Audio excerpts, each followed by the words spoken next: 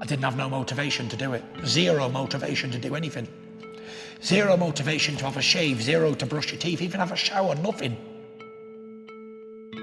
I can't tell you in words how I felt, how down I was. When you lose control of your own mind, you're in a bad place. I just wanted to show the world that if mental health could bring somebody as big as me and as strong as me and, you know, the stereotype heavyweight champion of the world to my knees, then it could bring anybody to the knees. And I thought to myself, if I can show the world that you can come back from it and to get back in shape and get back to the top, then anybody can do it. I knew something was wrong with me my whole life. Growing up as a child, I'd feel a loneliness even when I was with other people. I wasn't a confident character what you see today. I was a very shy, reserved, skinny little whippet kid. I was always told that I couldn't do stuff and I'd never do anything, I'd never achieve anything, so that made me worse, basically. I've experienced the highest highs and the lowest lows in life. Something I'd worked for my whole life, and when I finally achieved it, it was like, oh well, that was a load of rubbish. I wasn't expecting now to feel like this. Like I said to you before, I just felt like an emptiness and a deep gaping hole of nothing. Darkness and grey clouds. Every day was grey. And I felt like I had nothing to look forward to. I was worthless. It was just a horrible, horrible feeling that people need to understand that many, many people are in the same boat. They don't have to be very successful sports athletes to feel like this. Anybody from day to day has the same feelings. What does it all mean? What does being a world champion really mean? But what I was trying to say was, what does it all really mean when I'm not well on the inside?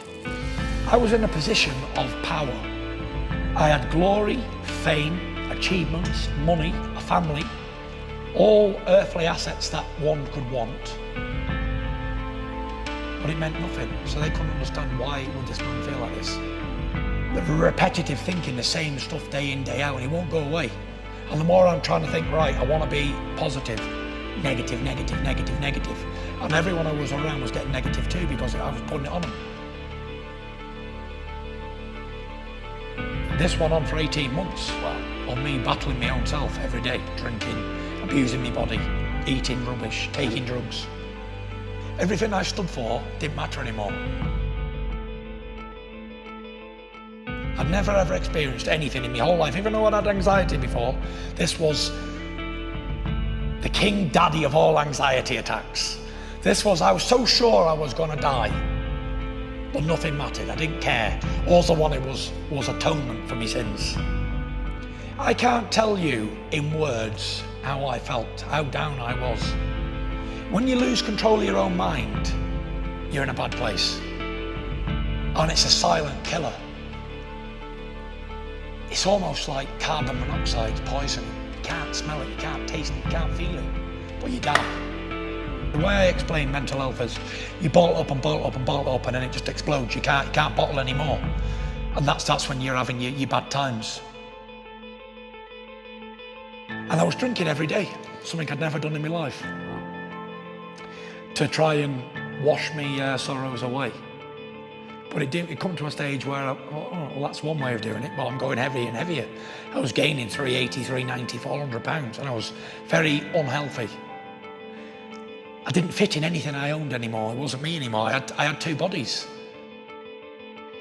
Turning point was, I went out Halloween dressed as a skeleton in a fancy dress party. I went out about 9 o'clock and I expected to stay out all night and get smashed. I had one drink. I looked around me and I thought, what am I doing? I'm back normal again now, yeah? I'm back like thinking straight. Still drinking, but I'm thinking sensible again. And I called out to my wife, I said, Paris here. She said, what? I said, tomorrow. I said, I start to turn my life around. I said, I promise you. I said, I'm gonna do it. I'm definitely gonna do it. From that day, I got my tracksuit on in the morning and I was going to run 2 miles. I got about 200 yards and stopped. And I thought, right, I can't run. I've run all my life, I've always been a very good runner. And I got 200 yards and I was totally gone. I could feel my belly moving on me. It wasn't like a fat like jelly, it was like solid brick. It was a horrible feeling. I thought, okay, I'm gonna walk the rest, and I walked. And every day I'd go out on the canal and I'd do a little run in my sweatsuit. And every day I'd get a little bit further until I was doing 4 or 5 mile again. And then I come back and I worked my way back, and we worked repetitively, day in, day out, day in, day out. And at that time I was still sleeping with the light on. I couldn't sleep in the dark. You need to stimulate the mind. And I think training is a perfect way to do it. Working out, exercising. Whether you can do a lot or a little, you must do something. I give myself short-term goals and long-term goals. And I plan things more now. Where if I'm just not got anything on the horizon, I tend to wander and my mind goes AWOL. But when I've got something on planned and I've got things going and I want to do this, this and this, even if it doesn't have to be big things, it can be small, tiny goals that mean something to you as a person, as an individual. I'm very, very sure that working out and having a routine in your life is the answer for mental health problems. I want you to know that every day for 2 years was very grey and dark for me.